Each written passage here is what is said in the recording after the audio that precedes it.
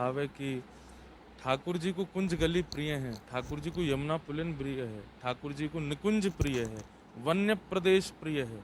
वाको निर्माण पहले बाहर बाहर कर लो, वासे वृंदावन की शोभा बढ़ा दो।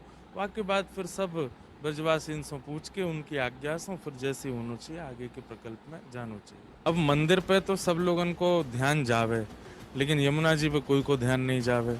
गिरिराज जी पे इतनी प्रदूषण गंदगी है, उन पे कोई को ध्यान नहीं जावे। रोड आदि की ये सब व्यवस्था इन पे अब सबको बस मंदिर पे पहला ध्यान है कि मंदिर पहले बनना चाहिए, मंदिर को काम होना चाहिए। पहले बाह्य परकोटे शुद्ध होते हैं, उसके बाद भीतर को विचार किया जाए। लेकिन बाहर के तो स्वरूप पर कोई ध्यान दिया नहीं किसी ने।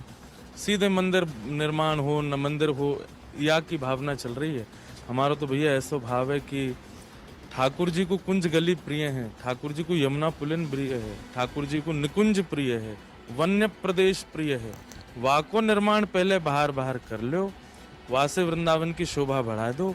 वाके बाद फिर सब ब्रजवासी इनसे पूछ के उनकी आज्ञा से फिर जैसे होना चाहिए आगे के प्रकल्प में। ठाकुर जी को घर है, निज निवास है। वहाँ की यमुना जी, कुंज गली, लता गुल्म पत्र आदि ये सब ठाकुर जी कहीं भी सुनोगे तो कहाँ है, यमुना पुलिन पर यमुना बिहारी, कुंज बिहारी, ऐसे ही ठाकुर जी के नाम है। अब मंदिर पे तो सब लोगन को ध्यान जावे, लेकिन यमुना जी पे कोई को ध्यान नहीं जावे। गिरिराज जी पे इतनी प्रदूषण गंदगी है, उन पे कोई को ध्यान नहीं जावे।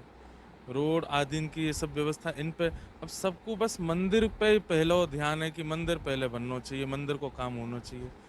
पहले बाह्य परकोटे शुद्ध होते हैं, उसके बाद भीतर को विचार किया जाए।